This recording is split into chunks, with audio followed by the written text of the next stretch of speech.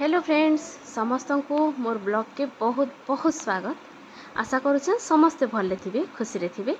तो चलून आज बनामा मिल्क शेक जेनटा कि पूरा टेस्टी भी हेबा आउ तार संगे हेल्दी भी।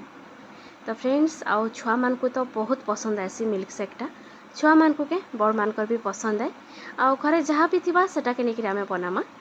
तो इने देखुन इटा सकाल टाइम हेतिला 5 घंटे बाजी थिला इटा। तो मोर पाखे कम काजू थिला आलमंड्स थिला जहाँ भी थिबा ड्राई फ्रुट्स आउ फ्रुट्स सेटा के लेकिन आमे बनामा। इनता नहीं जे इटा हेले जे कि सेटा हेले जे जेन जेन ड्राई फ्रुट्स थिबा सेटा लेकिन आमे बनामा।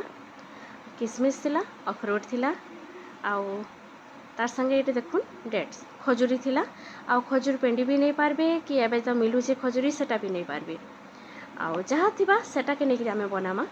आउ खाना पीना गोटे एंता जिनिसटे जे इटा के लेकिन इटा ही बनामी कि जिनिस हेले जे इटा हेबा जदि हेंता करी बसला तो जेन माने प्रोफेशनल माने जेन माने कुकिंग करछन ताकर लागि से जिनिसटा ठीक बाकी आमर हाउसवाइफ मानकर लागि इटा संभव नहीं से आमर मानकर पाखे सब बेले सब जिनिस अवेलेबल नहीं थाए। तो आमे जहाँ भी आमर पाखे अच्छे सेटा के लेकिन केनते करी गोटे टेस्टी डिशटे बनामा जेनटा कि सबको पसंद आसबा आउ हेल्दी भी हेतिबा सेटा बड़ कथा है बड़ जिनिस है सेटा। तो सबके बुतरी सारला परे 4 ରୁ 5 घंटा बुतरीला परे मुईटा देखुन खजूरी मंजी बाहर कर देथिली आउ आलमंड्स रो छाली छड़े देथिली आउ सेथिरे मुई पकेछे इलाची इलाची रो ता चुपाटा खसरे देछे आउ खाली मंजी देथिली।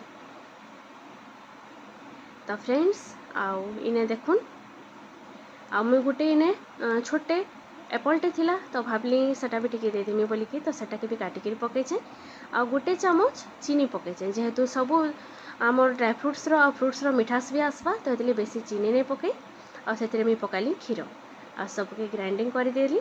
तो देखुन फ्रेंड्स इने रेडी हो गला आमर टेस्टी आउ हेल्दी मिल्क शेक। तो चलू आउ आमर क्षीरटा पूरा ठंडा थिला आउ जदि मुझे आइस नहीं पकई आइस चाहिए बेले भी पकाबे आ क्षीर जेहेतु ठंडा थिला मुझे आइस नहीं पकई। तो इने देखुन टेस्टी आउ हेल्दी आमर मिल्क शेक रेडी हो गला आ मोर छुआ मान को तो बहुत पसंद आसला बढ़िया लगला। आपण माने भी आपणकर छुआ मान लगी बने कर पियो। तो फ्रेंड्स आज लगी एतकी नेक्स्ट फेर भेट पड़मा आ गोटे ब्लॉग रे।